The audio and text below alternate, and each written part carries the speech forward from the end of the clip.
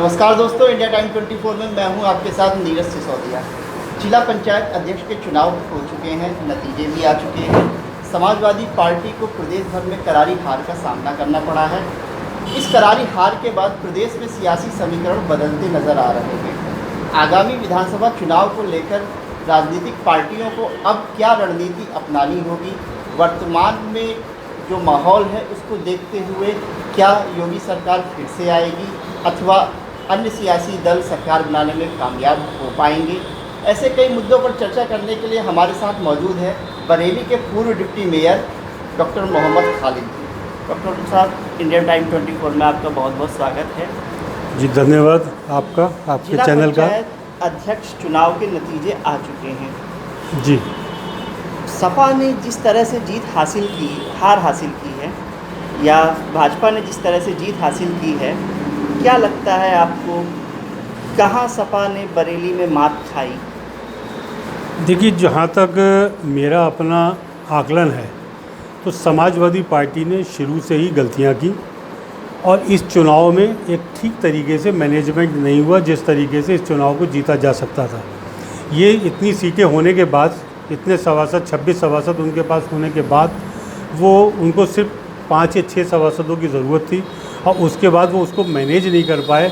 ये जो है उनका मैनेजमेंट का वो कहलाया जाएगा कि वो मैनेज नहीं कर पाए चुनाव। जी, लैक ऑफ मैनेजमेंट कहा जाए। प्रगतिशील समाजवादी पार्टी के आप महानगर अध्यक्ष हैं और समाजवादी पार्टी के भी आप महानगर अध्यक्ष रहे। क्या अंतर लगता है आपको तब की समाजवादी पार्टी में और अब की समाजवादी पार्टी में? क्योंकि जब आप समाजवादी पार्टी में थे उस समय आप एकमात्र पूरे प्रदेश में डिप्टी मेयर बने थे और आपके पास सिर्फ 8 वोट थे।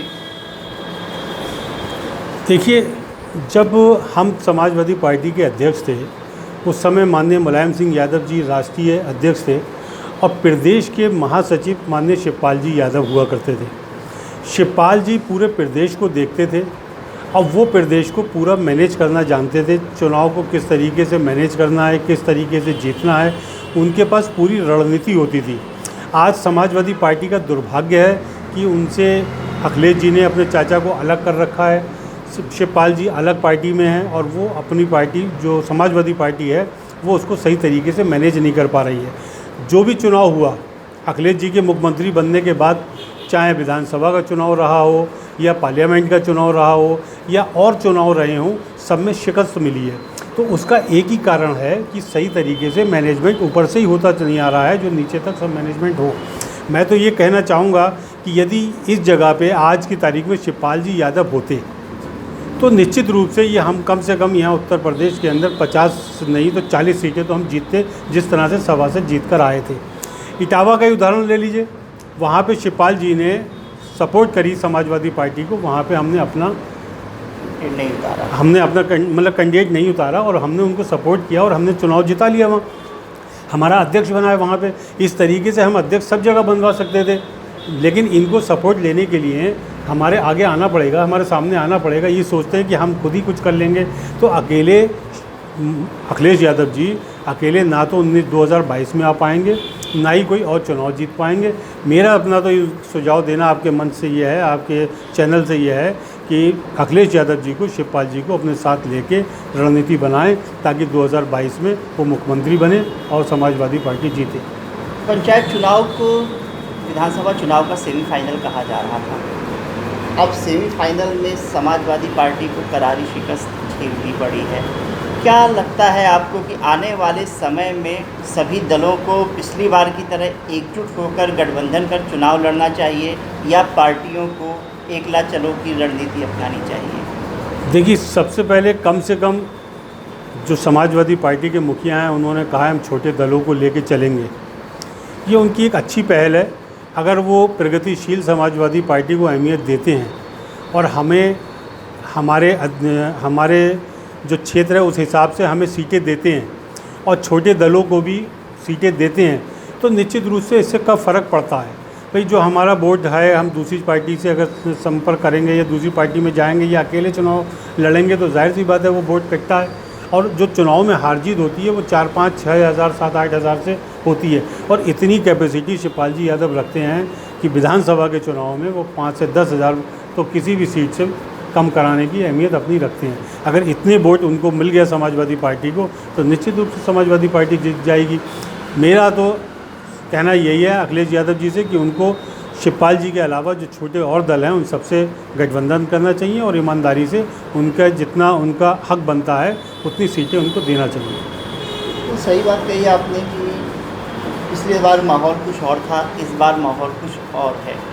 पिछली बार मोदी लहर थी, इस बार मोदी लहर कहीं नज़र नहीं आ रही है। कोरोना काल में जो सरकार की फजीहत हुई है या जो नाकामयाबी सरकार को मिली है, जगह जगह हॉस्पिटलों का मामला देख लीजिए या गंगा किनारे लाशों का मामला हो, क्या लगता है इस एंटी इनकम्बेंसी का भी फ़ायदा मिलेगा विपक्ष को? देखिए, निश्चित रूप से आज की तारीख में मोदी सरकार और योगी सरकार फेल सरकार है। वो किसी भी तरीके से किसी भी क्षेत्र में किसी भी समुदाय के लिए अच्छा साबित नहीं हुई है। लेकिन आज जनता इस तरह से देख रही है कि वो वोट दे किसे। भाई कांग्रेस अपना काम कर रही है तो वो भी एक अकेली पड़ी हुई है, उसके पास भी कार्यकर्ता नहीं है। समाजवादी पार्टी है वो भी टूटी पड़ी है, उसमें प्रगतिशील अलग पड़ी हुई है। ये जब तक सब एकजुट नहीं होंगे, सब एकजुट नहीं मिलेंगे, तभी तो ये सब सब समुदायों को एक इकट्ठा करेंगे। वरना ये अलग अलग लड़ते रहेंगे तो वोट का डिवीज़न होगा और वोट का डिवीज़न होने के लिए बिल्कुल बिहार की तरह होगा कि फिर से दोबारा बीजेपी सरकार में आ जाएगी। क्योंकि वोट जब बटेगा तो ये थोड़े थोड़े वोट तो सबको बांट लेंगे और सब जनों को वोट मिल जाएगा और सरकार आने से रह जाएगी। मतलब जनता के ना चाहते हुए भी बीजेपी की 2022 में फिर सरकार बन जाएगी अगर पार्टियों ने समझदारी से काम नहीं किया तो आपके हिसाब से एक सुनियोजित रणनीति बनानी होगी और सभी दलों को एक साथ मिलकर चलना हो।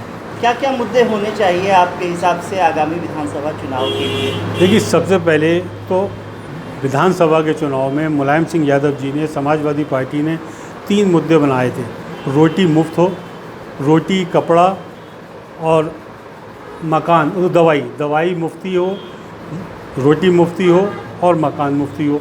अगर आदमी की जो बेसिक ज़रूरतें हैं जब तक वो पूरी नहीं होंगी तब तक जो है उसको आप कोई सा भी स्मार्ट सिटी बना दीजिए, कुछ भी बना दीजिए, मनुष्य को मतलब जब तक उसको खाने को नहीं मिलेगा, पहनने को नहीं मिलेगा, दवाइयाँ नहीं मिलेंगी तो उसके लिए ये सब चीज़ें बेकार हैं।